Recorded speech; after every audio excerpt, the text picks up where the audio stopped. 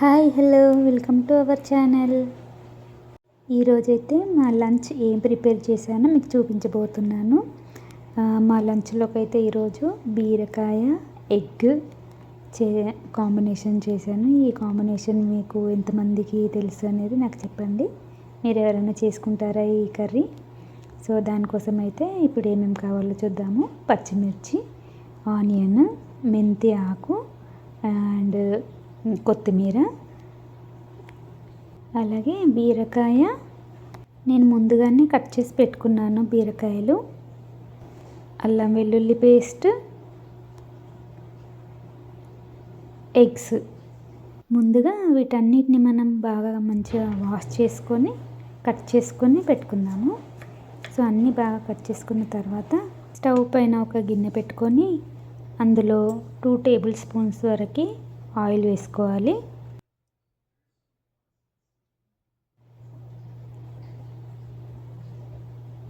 Oil బాగా వేడైన తర్వాత పోపు గింజలు వేసుకోవాలి. ఆవాలు, జీలకర్ర, మెంతులు అన్నీ ఒక్కొక్క స్పూన్ వేసుకోవాలి. ఇక్కడ నా చిన్న స్పూన్ కాబట్టి నేను 2 స్పూన్స్ వేస్తున్నాను. అవి మంచిగా ఫ్రై అయ్యేదాకా వేయించుకోవాలి. అవి వేగిన తర్వాత ఆనియన్ వేసుకోవాలి. ఆనియన్ కూడా మంచిగా వేగాలి, బాగా వేగేదాకా వేయించుకోవాలి.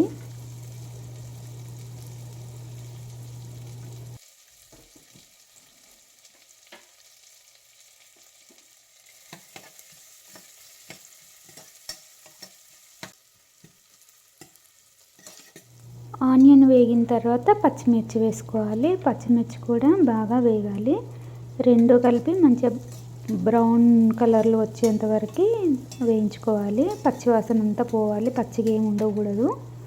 బాగా వేయించుకున్న తర్వాత మనం ముందు కట్ చేసి పెట్టుకున్న మెంతి ఆకుని వేయాలి. మెంతి ఆకు కూడా బాగా ఫ్రై అవ్వాలి, ఏం పచ్చిగా అస్సలు ఉండకూడదు.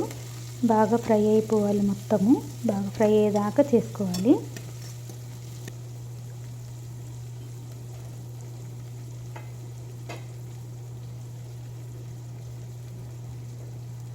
మెంతి బాగా ఫ్రై అయిన తర్వాత కొంచెం పసుపు కూడా వేసుకొని ఇంకా బాగా ఫ్రై చేయాలి.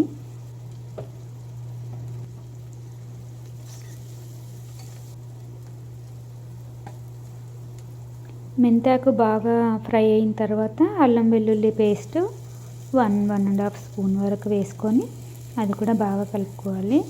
ఆ అల్లం వెల్లుల్లి పేస్ట్ లాస్ట్ వేసుకోవాలండి, అవన్నీ ఫ్రై అయిన తర్వాత. ఎందుకంటే ఆ పేస్ట్ వేసిన తర్వాత తొందరగా అడుగంటిపోతుంది, అందుకని కొంచెం చివరిగా వేసుకోవాలి అన్నీ ఫ్రై అయిన తర్వాత.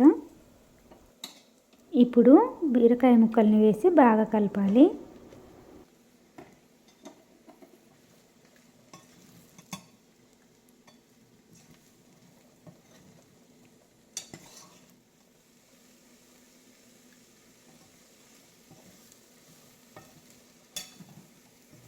ఇప్పుడు బాగా కలిపిన తర్వాత మూత పెట్టుకొని ఉడకనివ్వాలి.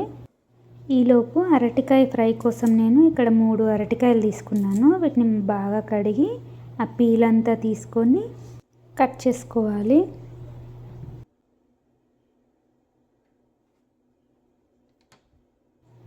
ఇప్పుడు ఒకసారి మన కర్రీ ఎంతవరకు వచ్చిందో చూద్దాము. ఒకసారి అయితే బాగా కలుపుకొని అందులోకి మనము ఉప్పు, కారము వేసుకుందాము. ఇక్కడ నేను కారము 1 స్పూన్ వేస్తున్నాను.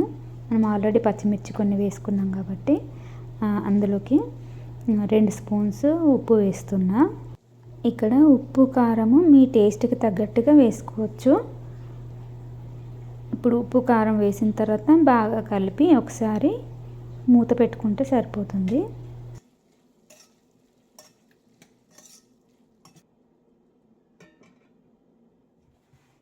ఇప్పుడు మనము అరటికాయలని కట్ చేసుకుందాము.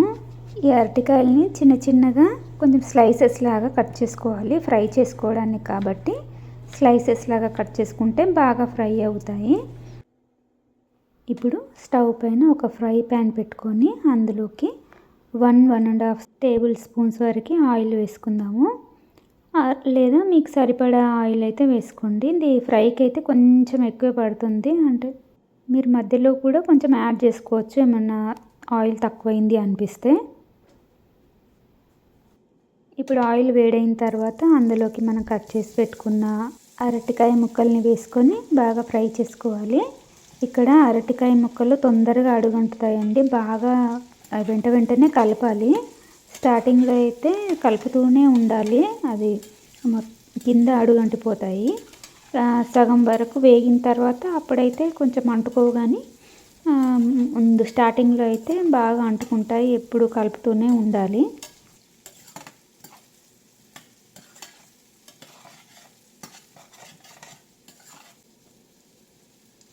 ఇప్పుడు మన కర్రీ ఎంతవరకు ఉడికిందో చూద్దాము. ఇక్కడైతే మన కర్రీ ఆల్మోస్ట్ ఉడికిపోయింది. మనం ఇందులోకి ఎగ్స్ యాడ్ చేసుకోవాలి. దానికన్నా ముందు కర్రీ మొత్తం ఉడికిందా లేదా అనేది చూసుకోవాలండి. ఎప్పుడైనా కర్రీ మొత్తం ఉడికిన తర్వాతనే మనం దాంట్లోకి ఎగ్స్ యాడ్ చేసుకోవాలి.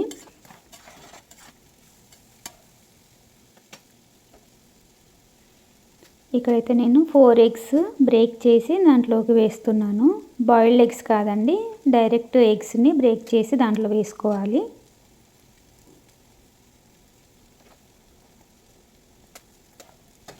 ఇక్కడ మీరు మీకు సరిపడే అన్ని ఎగ్స్ కూడా వేసుకోవచ్చు, కొంచెం ఎక్కువ తక్కువ. ఇక్కడైతే నేను 4 వేసాను, మీరు 3 కూడా వేసుకోవచ్చు, లేదా 5, 6 కూడా వేసుకోవచ్చు, అది మీ ఇష్టము.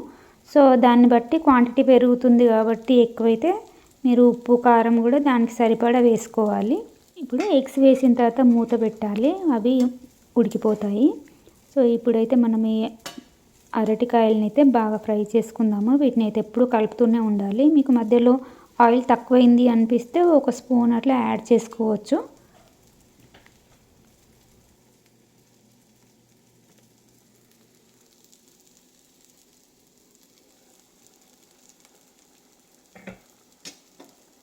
ఇక్కడ మనం వేసిన ఎగ్స్ అయితే హాఫ్ బాయిల్ అయ్యాయి.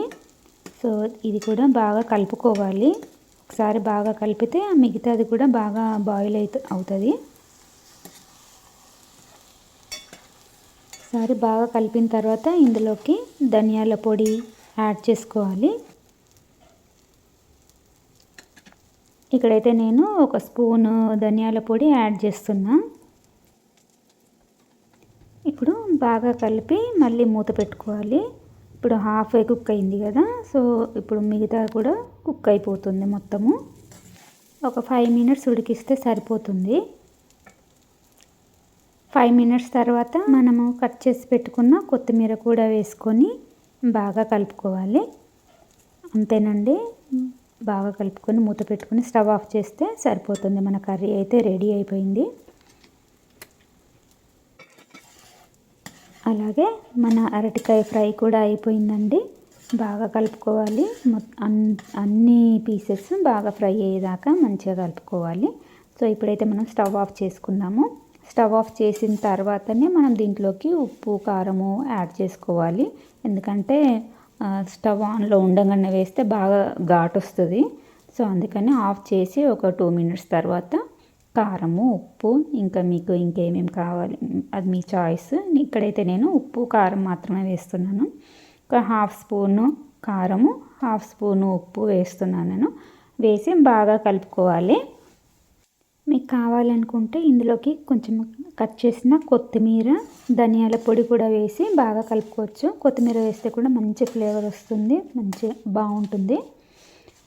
అండ్ ఇంతేనండి, మన ఫ్రై అయితే రెడీ అయిపోయింది.